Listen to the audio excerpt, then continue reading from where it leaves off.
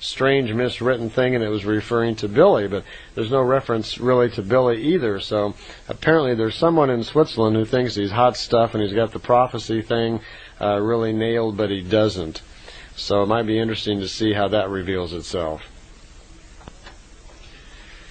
The last little cheery note from Patali here was on Thursday the 4th of March 1976 at 3:16 a.m. Again, Billy's up in the middle of the night.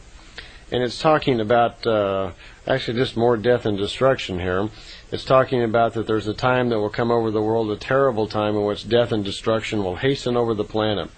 From the far west and from the far east, it says it sweeps as the very last deadly warning sign.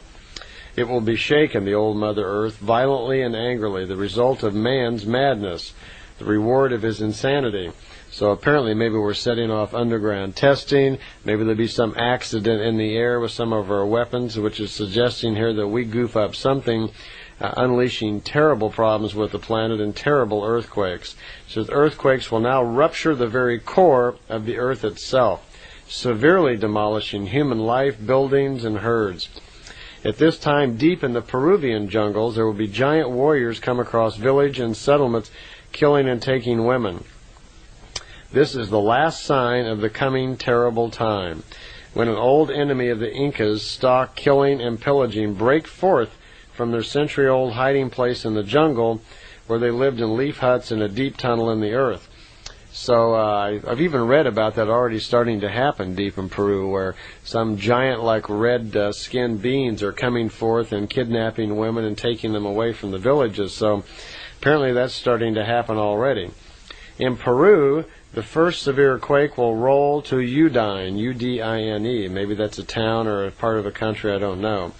When deep in the Earth's core, fire and explosions angrily growl. The countryside's torn apart. There's major volcanoes and destructions. South America quakes and steams from the blows and the smoke, enveloped in muffled bellowing and gray smoke of death. America and all of its islands need to be named as well. Then Japan, Arabia, China, India, countries which burn. They will also be visited by droughts and earthquakes. So that's the as much of the prophecy thing that's actually been done. There are other things in there, but not quite nearly as staggering. So I think you can even understand that most of these prophecies aren't really unexpected. A lot of these events are already starting to pass, and most of us know that something's going to happen anyway. So the main thing I think about the prophecies is that to learn in order to survive this coming period, which physically might be hard, it might be difficult to find a place to live that might survive. Billy did tell me that the two strongest areas of the planet which survive most of the earthquake and volcanic action are Australia and Peru, by virtue really of the strong foundation of land that they're actually on. So if you feel like moving to Peru, you might have a little better odds of missing out on some of the terrible destruction. But it's talking here, it mentions in there where whole countries are going to sink below the water. So we're going to have major changes probably. We're going to have to rewrite some of the maps of the planet here, and these events seem to all be happening around the turn of the century or shortly thereafter. There's no dates mentioned in any of this. It's all just events. One other thing that I remember Billy telling me that I didn't see in the prophecy book, but he said that we should watch very closely for Mount Vesuvius in Italy. That Vesuvius, when that erupts, that will be a sign that the major part or the beginning of World War III is about to happen, a terrible time of destruction. And that Mount Vesuvius, what causes it finally to erupt, he says that the largest concentration of negative thinking on the planet is actually in Rome. And Mount Vesuvius itself isn't in Rome. It's quite a ways away. I think it's like 150 miles away. I may be wrong. I'm forgetting my geography a little from when I was over there. But he says actually the Mount Vesuvius, if you could see below the ground, that the volcano itself doesn't go straight down, but actually bends over and goes underneath the city of Rome. That the negative thinking in Rome, the subconsciousness in Rome, will be a factor in triggering Mount Vesuvius, and that will be the last major event just before World War III. So if we hear about Mount Vesuvius starting to spurt, or does, then watch very carefully in the middle of the night sometime, World War III is going to break out and somebody's going to attack somebody. So we do live in pretty dangerous times. Here in '92, we're looking at Russia suddenly having tens of thousands, I think something like 27 or 37,000 warheads that have yet to be dismantled. We have all over the East all sorts of third world nations which have over the years purchased and built terrible missiles of their own. Look what just happened in the Desert Storm thing, where we found Saddam Hussein was building nuclear devices, chemical missiles. Fortunately, their technology seemed to be a little sad over there. But we're going to pay the price probably for selling all these people arms. I remember the rationalization of our own people in Congress years ago when they were talking about selling planes and missiles and so forth to countries in the East. And they just commented that, well, we might as well do this because if we don't do it, some other country will. Well, that's pretty silly thinking. You know, just because somebody else may give a child a match doesn't mean we have to. You know, we're probably contributing to our own death and destruction here by arming all these maniac people who have no responsibility with this type of technology. So I would suppose that from an extraterrestrial's point of view, looking down on Earth, this would indeed seem to appear to be kind of an insane planet.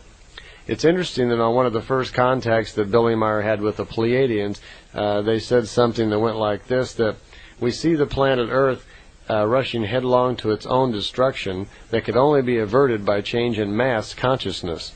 And that seems to be about where we are. We are at a point where we are rushing headlong to obviously a lot of destruction. You only have to watch the evening news at night to see that there are major problems, wars, death all over the planet. Not to mention just the natural problems. All the famine, all of the water problems, drought, death from disease everywhere. And of course we're facing the problem here even with AIDS. But the natural disasters are going to cause major loss of life. The World War III throughout Europe and Asia will be devastating. It even talks in there also about China apparently taking advantage or seizing the opportunity to march into India at some point and hit New Delhi, wipe it out, take over India. So if you've had any inclination to go to India to see it, you might want to do that soon. I know myself, I've wanted to go to Kashmir and kind of follow the path, the old path of Emmanuel, and look into some of that old history. If you're thinking about seeing India, you might want to do it soon because India apparently will be gone. It will be overrun by the Chinese and ruined forever, and they will sweep into the east after that. Interestingly enough, that most of these prophecies follow pretty much the same line even of Nostradamus. If you've read some of the books on Nostradamus, of course there are many people who have believed to translated the codes of the quatrains of Nostradamus, but in most of the books they seem to maybe not get the dates right, but pretty much all these events are the same. As well, this falls in line pretty much with biblical prophecy. So here we've had a prophecy for almost 2,000 years telling us about this time and the things that would happen, and yet we paid no attention. Well, at least the masses haven't.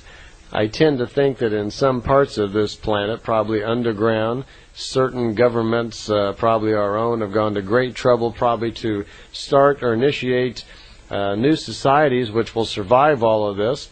It's quite possible that, as some UFO speakers talk about, there may already be colonies on the moon or working on building them on Mars to actually survive all